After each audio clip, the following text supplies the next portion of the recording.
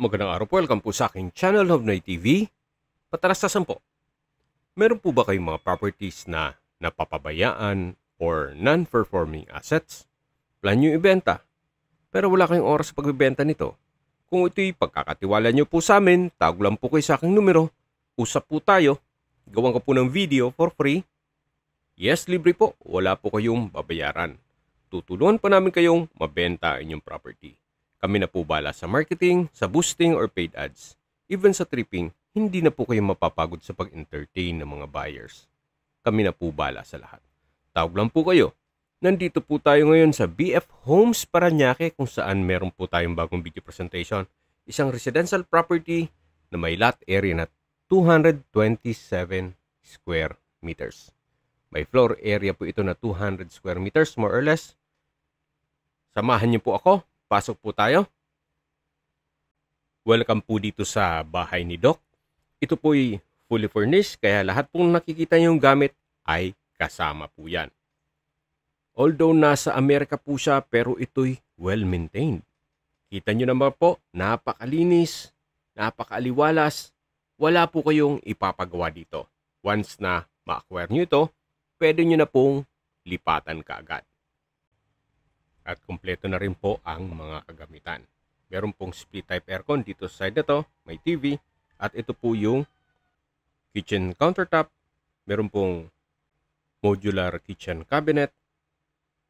Then dito po sa baba ay may kitchen drawers at storage ng kitchen utensils. At may outlet na rin po sa kitchen wall. Dito naman po tayo sa common toilet and bath. Maayos naman po ang toilet fixtures. May bathroom countertop, hand basin. From floor to ceiling po ang tile bathroom wall.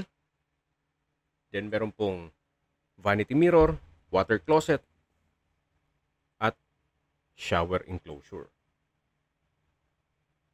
Meron din po itong overhead shower, then body shower. At dyan po yung bathroom countertop na may vanity mirror. Dito naman po ay may access door papunta naman sa likod ng bahay. Meron po itong tubular security grill. Then may 1 meter setback po dito. Yan po yung mga glass window na may security grill. Dito naman po yung service area. May wall-mounted cabinet. Then yan po yung perimeter fence. May under-stair storage po dito. Kung may mga kagamitan kayo, pwedeng lagay dito. At dito naman po yung dirty kitchen. Meron pong kitchen countertop, stainless sink with faucet, then kitchen cabinet. Naka-tiled kitchen wall na rin po yan. Kaya madali pong linisin. Ito naman po yung hagdan na papunta sa roof deck. So mula po dito, yan po tunghayan nyo muna yung 1 meter setback na papunta sa formal kitchen at yan yung dirty kitchen. Ito pong hagdan ay naka-concrete staircase, then tubular handrail at railing. Dito po sa taas ay pwede pong lagyan ng sampayan. Then sa dulo po ay meron pong pressure water tank. Yan po yung bubong, halos bago pa. Kaya wala po kayong ipapagawa dito. Then stainless na rin po itong rain gutter. So ito po yung well-maintained. Hindi po tinipid ni Doc ang maintenance ito. Although nasa Amerika po siya lagi, na halos wala namang ganong nakatira dito, pero still, pinapaayos niya. Kaya kung sakali man po ang interested buyer ay nasa Amerika, mas mapapabilis po ang inyong transaksyon gawa ng nandyan din po siya. So babalik po ulit tayo dito sa common toilet and bath na kung saan galing na tayo dito kanina. Lahat po yan ay halos hindi naman nagamit. Kasi mga ilang days lang po siya dito at may iba pa siyang clarification lang po. Ito pong side na to ay receiving area pa lang. Parte pa lang po ito ng bahay. Kaya pwede rin po itong gawing guest room. Gawa ng napakalaki naman po ng espasyo nito. So, ito po'y meron ding security grill. Ito po yung garahe. Yan po yung main gate. Then, dito po sa covered carport ay kakasya ang dalawang SUV. Ito na po yung main door. Meron din po itong security grill. At ito'y triple lock din po yan. So, ito na po yung main house. Ito po yung living area o salas. Open concept lang po ito, kaya maaliwalas. Maayos po ang pintura ng ceiling at wall, napakalinis, at lahat pong kagamitan na nakikita nyo ay kasama po yan. Ito po'y fully furnished. Yan po, meron pong malaking mirror, at ito naman po yung first bedroom. Kung meron man po kayong PWD or senior citizen sa pamilya, ito po yung para sa kanila. Yan po, napakalinis, maaliwalas, may pin lamp, center lamp, meron pong wardrobe, meron pong mattress and bed frame, at ang kagandahan pa po dito, meron po itong toilet and bath. Yan po pala yung window type aircon. Then, check natin tong banyo. Kumpleto din po ito. May bathroom countertop, hand basin, vanity mirror, bathroom drawer. From floor to ceiling ang tile bathroom wall. May shower enclosure. May overhead shower. Then body shower. May corner rack. Then water closet with bidet. Drop lights, bathroom window with Korean blinds, at yan po, tunghayin nyo po itong first bedroom. Napakalinis po at napakaliwalas. Labas po tayo dito sa master's bedroom o yung first bedroom. Yan po ulit yung living area. Kompleto na po ang kagamitan. Meron din pong centralized aircon. Then lahat pong glass windows ay may Korean blinds. Ito naman po yung second bedroom. Malaki na rin po ang espasyo nito. Kumpleto rin ang bedroom furnishings. May aircon. Then may glass window with security grill at Korean blinds. At meron pong from floor to ceiling na wardrobe at drawer. Then may shurak din po sa baba nito. Sa labas po tayo ulit. Paglabas nyo po ng second bedroom, yan ang makikita nyo yung living area at yung main door. Dito naman po yung third bedroom. So, ganun din po. Malaki din ang espasyo nito. May headboard, itong bed frame, then may mattress. Mayroon pong built-in cabinet, wardrobe. Maayos din po ang pintura ng ceiling at wall. So, labas po tayo. Paglabas nyo po dito, meron pong espasyo dito para sa altar. Then sa taas po, meron pong glass window with security grill at merong drawer at built-in cabinet. Ito naman po yung common toilet and bath. Maayos naman po ang toilet fixtures nito. May bathroom countertop, water closet with bidet. Then ito naman po yung shower enclosure, overhead shower, at from floor to ceiling po ang tile bathroom wall.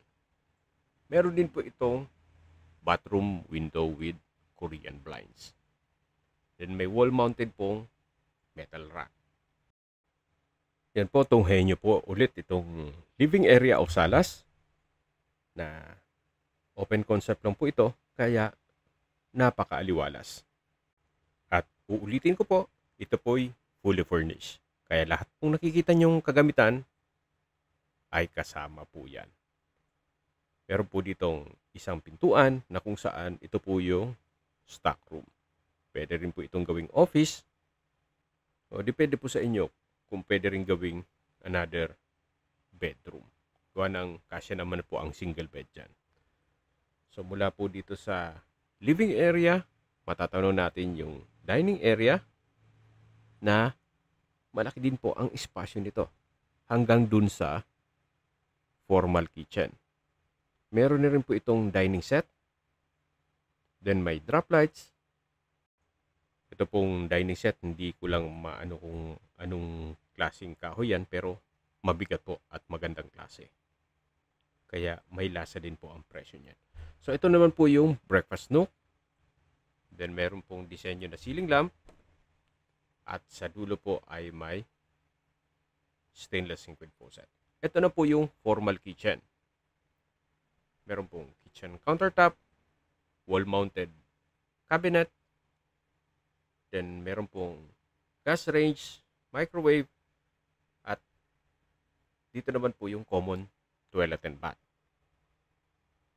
May bathroom countertop, water closet with bidet, shower enclosure, overhead shower, at from floor to ceiling po itong tiled bathroom wall.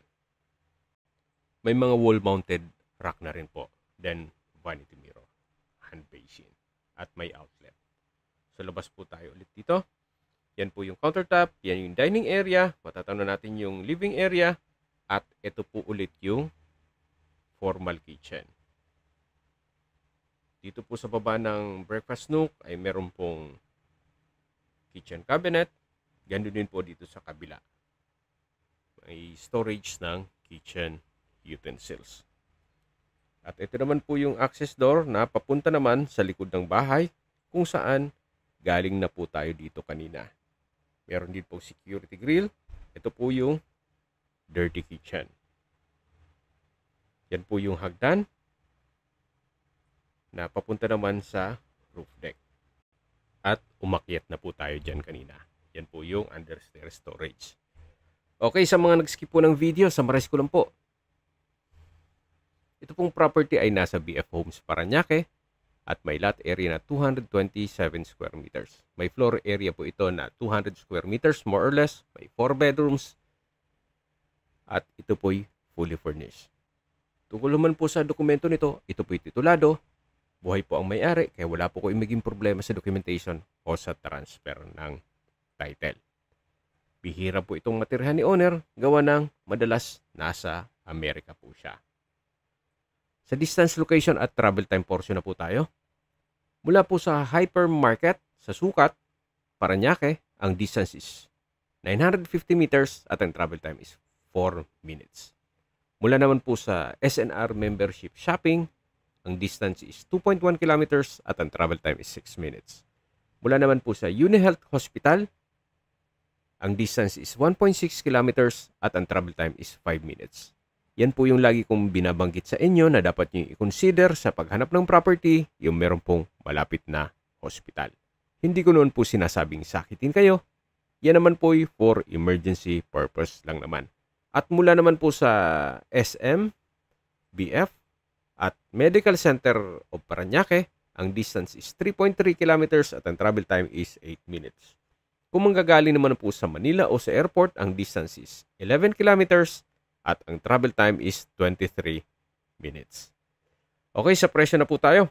Binebenta po ito ni owner sa halagang 20 million pesos. Opinion ko lang po, fair deal na po ito. Gawa ng napakaayos po ng bahay at kumpleto pa ang kagamitan. Dito po sa Parañaque, ang presyuhan po ng mga townhouse na may lot area ng mga 80 to 100 square meters. Ang price range po ay 13 to 15 million. Compare dito na 227 square meters. At ito po'y bungalow house na PWD at senior citizen friendly. Yan naman po'y opinion ko lang. Depende pa rin yan sa assessment nyo dito sa property. Kung may mga katanungan po kayo, tawag lang po kayo sa aking numero. At sa mga kababayan naman natin na sa ibang bansa, meron po akong Telegram. Sa mga iPhone user man, may iMessage. Meron din pong Imo, Skype, Viber at WhatsApp. Same number lang po, 0917-316-3399. Sa mga nagtatanong naman po ng aming Facebook, meron po aming Facebook page na Love9 TV at Facebook Reels video. Meron din pong TikTok at Instagram.